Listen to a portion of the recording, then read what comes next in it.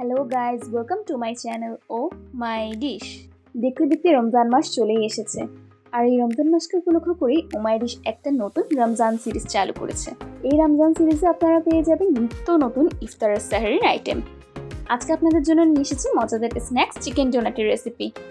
আপনারা যারা এখনো আমার চ্যানেলটি সাবস্ক্রাইব করেনি তারা এক্ষুনি সাবস্ক্রাইব বাটনটা ক্লিক করে দিন। প্রথমেই মুরগির বুকের মাংসগুলোকে কিউব করে কেটে নিয়েছি। সেখানে 1 চামচ লবণ দিয়ে দিলাম, কাশ্মীরি রেড চিলি পাউডার দিয়ে নিয়েছি, ধনিয়া গুঁড়ো 1 চামচ, কালো গোলমরিচ 1 চামচ, আধা চামচ গরম মশলা দিয়ে নিলাম, 1 চামচ জিরা গুঁড়ো দিয়ে নিয়েছি, 1 চামচ চাট মশলা দিয়ে দিলাম, চিলি ফ্লেক্স দিয়ে নিলাম 1 চামচ। এবার সয়া সস দিয়ে নিলাম, সাথে চিলি সসও দিয়ে নিয়েছি। সাথে আরও কিছু অ্যাড করব, ধনিয়া পাতা, কাঁচা মরিচ, কেটে রাখা আদা, লেবু, কুচি করে রাখা পেঁয়াজ, ক্যাপসিকাম আর কয়েকটা রসুনের কোয়া। এবার ম্যারিনেট করা মাংসটার উপর আদা, রসুন, ক্যাপসিকাম, কাঁচা মরিচ, ধনিয়া পাতাগুলো সব দিয়ে দিয়েছি। পেঁয়াজটা দেওয়ার পর লেবুর রসটা ভালো মতো দিয়ে নিয়েছি। এবার মিক্সার গ্রাইন্ডারে সবগুলো একসাথে দিয়ে দিচ্ছি। সব কিছু দেওয়া শেষ হয়ে যাওয়ার পর একটা ডিম ভেঙে দিয়ে দিলাম আর পাউরুটির পিস দিয়ে দিচ্ছি। ডিম আর পাউরুটি দেওয়ার কারণেই হচ্ছে বাইন্ডিংটা যাতে একদম পারফেক্ট থাকে। এবার ব্লেন্ডার করতে চলে যাচ্ছি।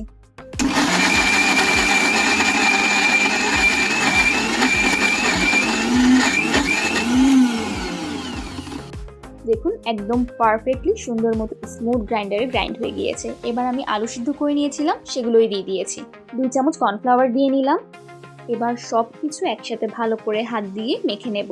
কর্নফ্লাওয়ার, ম্যাশ করে রাখা আলু, মুড়িগুলোর সাথে খুব ভালো করে মিক্স করে দিচ্ছি, যাতে একদম পারফেক্টভাবে ব্যাটারটা রেডি হয়ে যায়। এই তো সব কিছু খুব সুন্দর মতো মিক্স করা হয়ে গিয়েছে।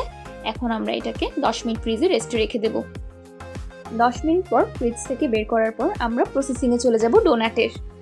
চিকেন ডোনাট তৈরি করার জন্য একটা ডিম ভেঙে নিয়েছি, ব্রেড ক্রাম্ব রেডি করে নিয়েছি আর হাতে একটু তেল মাখিয়ে নিলাম।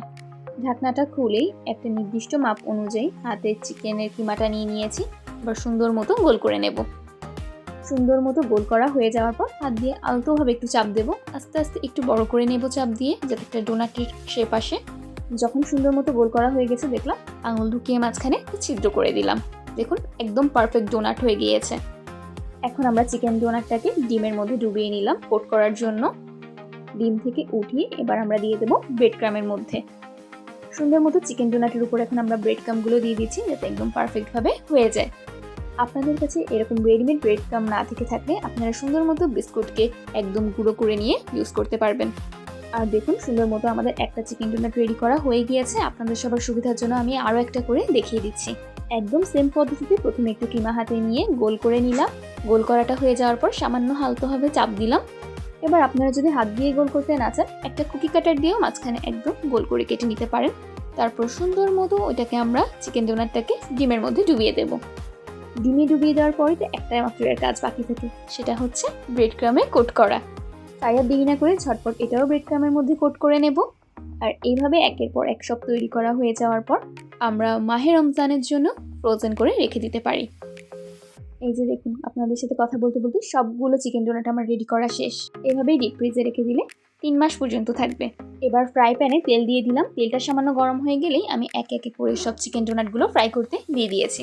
চিকেন ডোনাটটা ফ্রাই করার সময় লক্ষ্য রাখতে হবে চুলোর আঁচ যাতে একদম মাঝারি থাকে, তাহলে কিমাটার একদম ভিতর পর্যন্ত পারফেক্টভাবে ফ্রাই হবে।